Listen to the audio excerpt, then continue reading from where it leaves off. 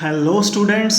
तो स्वागत है आपका एक और नए वीडियो में। और आज हम डिस्कस करने वाले हैं मोशन का अपना नेक्स्ट पार्ट। और इससे पहले मैंने आपको जो स्ट्रेट लाइन मोशन था उसके बारे में कॉन्सेप्ट क्लियर कर दिए थे। अगर आपके कोई डाउट हैं तो वो आप मुझे कमेंट्स में पूछ सकते हैं। नेक्स्ट हम डिस्कस करना स्टार्ट करते हैं। Displacement are use to describe the overall motion of an object and to locate its final position with reference to the initial position at a given time। आप displacement के अंदर क्या करते हैं? डिस्प्लेसमेंट के अंदर हम इनिशियल पोजीशन और फाइनल पोजीशन को डिस्क्राइब करने की कोशिश करते हैं और ओवरऑल जो बॉडी ने मोशन किया है यानी ओवरऑल बॉडी कहाँ से कहाँ तक चलकर गई है उस चीज़ को समझने की कोशिश करते हैं।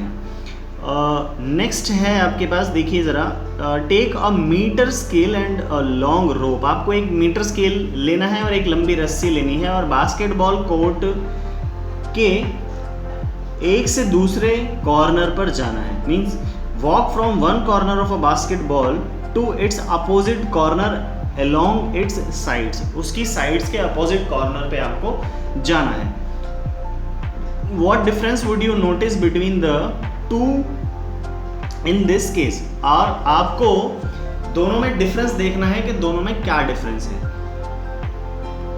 नेक्स्ट है activity. Automobiles are fitted with a device that shows a distance travelled. Automobile जो भी व्हीकल्स होते हैं उनके अंदर एक डिवाइस लगी होती है जो कि जितनी डिस्टेंस ट्रैवल की गई है उस डिस्टेंस को मेजर करती है, बताती है। That is known as odometer. That device, उस डिवाइस को हम ओडोमीटर बोलते हैं। Car is driven from Bhubaneswar to new Delhi. एक कार भुवनेश्वर से न्यू दिल्ली तक आई है और उसकी इनिशियल रीडिंग और फाइनल रीडिंग का बीच का डिफरेंस है 1850 किलोमीटर्स। आपको मैग्नीट्यूड फाइंड करना है और डिस्प्लेसमेंट फाइंड करना है। डिस्प्लेसमेंट का मैग्नीट्यूड यानी डिस्प्लेसमेंट की वैल्यू फाइंड करनी है भुवनेश्वर से न्यू दिल्ली की।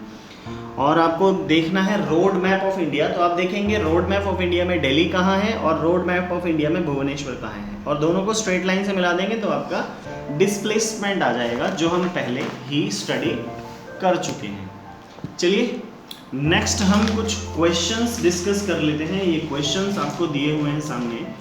तो सबसे पहला क्वेश्चन है, an object has moved through a distance.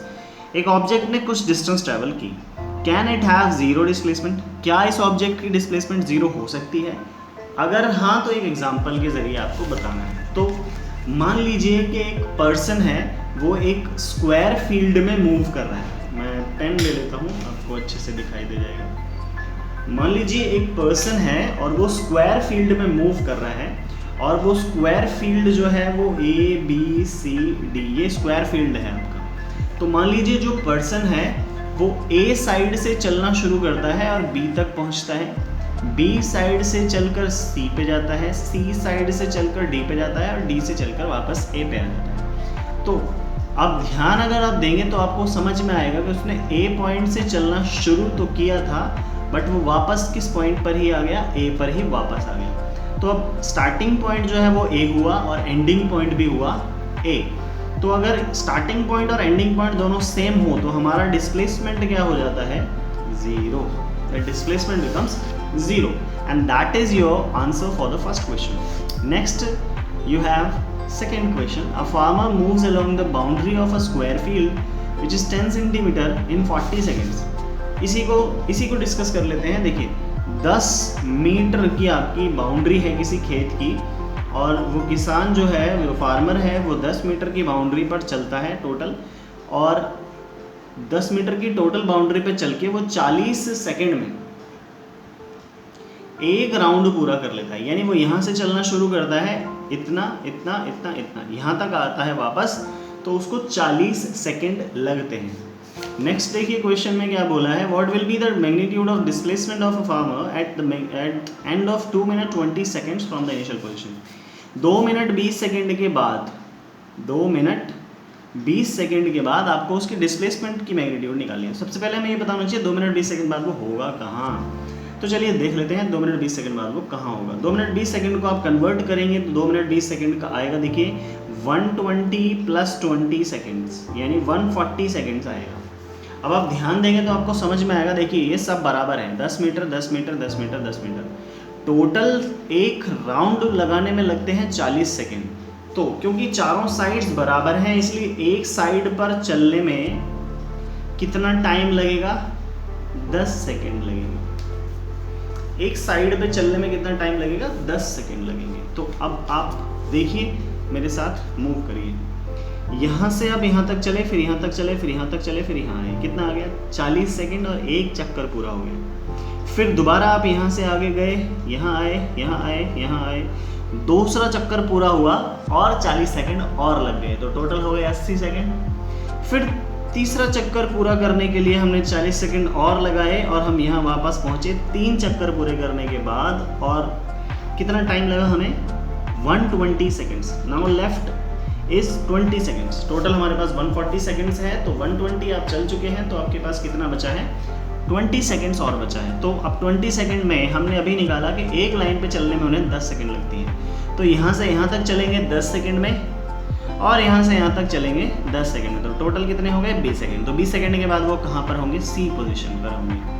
हमने पोजीशन उनकी अच्छे से एक्सप्लेन कर ली है, तो अब हम आगे चलते हैं। डिस्प्लेसमेंट फाइंड आउट करना है, तो डिस्प्लेसमेंट के लिए हम क्या करेंगे, इस लाइन को यहाँ जोड़ देते हैं, तो यही आपकी शॉर्टेस्ट डिस्टेंस होगी और यही आपका डिस्प्लेसमेंट होगा इसका। तो चलिए, आपने पीजीटी थ्योरम पढ़ी है, पाइथागोरस थ्योरम पढ़ी है, तो चलिए उसी को हम डिस्कस कर लेते हैं। देखिए, हाइपोटेन्यूज का स्क्वायर होता है बेस का स्क्वायर और प्लस परपेंडिकुलर का स्क्वायर।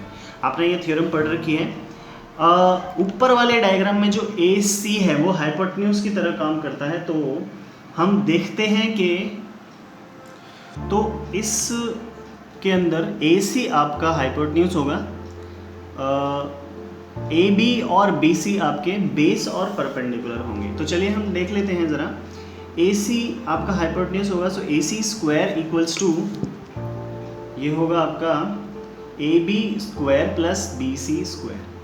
अब यहाँ पर आप ध्यान देंगे तो आपके पास देखिए इसकी वैल्यू 10 है और इसकी वैल्यू 10 है और ये है AC स्क्वायर। आप AC की वैल्यू फाइंड आउट करेंगे तो आपके पास स्क्वायर का रूट हो जाएगा, ये 100 होगा, ये 100 होगा, और टोटल आपके पास वैल्यू आ जाएगी 100 प्लस 100 इक्वल्स टू होगा 200 अंडर द रूट, और इसमें से 2 कॉमन आएगा और 100 का जो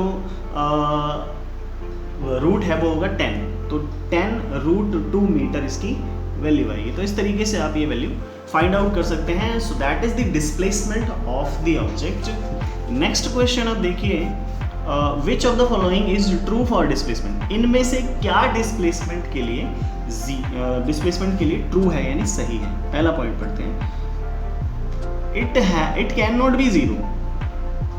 डिस्प्लेसमेंट जीरो नहीं हो सकता।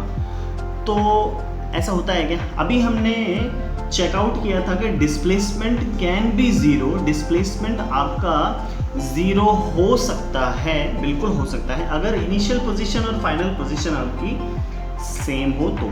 Second thing, its magnitude is greater than the distance travelled by the object, यानी इसका मैग्नीट्यूड जो है वो जो ऑब्जेक्ट ने डिस्टेंस ट्रेवल की है उससे हमेशा ज़्यादा होता है। तो क्या डिस्प्लेसमेंट का मैग्नीट्यूड हमेशा डिस्टेंस से ज़्यादा होता है? जी नहीं, डिस्प्लेसमेंट हमेशा डिस्टेंस से कम होगा। देखिए ध्यान से, यहाँ से यहाँ तक आप चलेंगे, ये 10 मीटर है और ये 10 मीटर है, तो टोटल डिस्टेंस आपकी कितनी हो गई? 20 मीटर की आपकी डिस्टेंस हुई। जबकि अगर आप डिस्प्लेसमेंट फाइंड आउट करें तो इन दोनों पॉइंट के बीच का डिस्प्लेसमेंट आपका आया है 10√2। दैट मीन्स अगर √2 की वैल्यू आप पुट करेंगे 1.414 और मल्टीप्लाई करेंगे 10 से, तो ये अप्रॉक्सीमेटली आपका 12 या 13 के अराउंड में आएगा, इससे ज़्यादा नहीं आएगा। तो आप खुद देख सकते हैं कि डिस्प्लेसमेंट की वैल्यू 12 है और डिस्टेंस जो है वो 20 मीटर है। तो ऐसा कभी भी नहीं होगा कि डिस्प्लेसमेंट डिस्टेंस से ज़्यादा है। हाँ, डिस्प्लेसमेंट डिस्टेंस के बराबर हो सकता है या उससे कम हो सकता है, ज़्यादा कभी नहीं हो सकता। तो आई होप आपको ये वीडियो समझ में आया होगा, सारे क्वेश्चंस क्लियर हुए होंगे, और अगर आपके कोई डाउट्स हैं अभी भी तो आप मुझे कमेंट करके बता सकते हैं। और आप वीडियो अगर आपको पसंद आई है तो वीडियो को लाइक कर सकते हैं, अपने फ्रेंड्स को वीडियो शेयर करिए, नॉलेज शेयर करिए। अगर आपको अच्छे से समझ में आया तो आप अपने दोस्तों को समझाइए, समझाने से आपकी ही नॉलेज इंक्रीज़ होती है। दूसरों को आप कुछ देंगे नहीं, आप खुद की नॉलेज ही एनहेंस करेंगे। तो इसके साथ ही हम मिलेंगे अपने नेक्स्ट वीडियो में, तब तक के लिए goodbye, take care and thank you.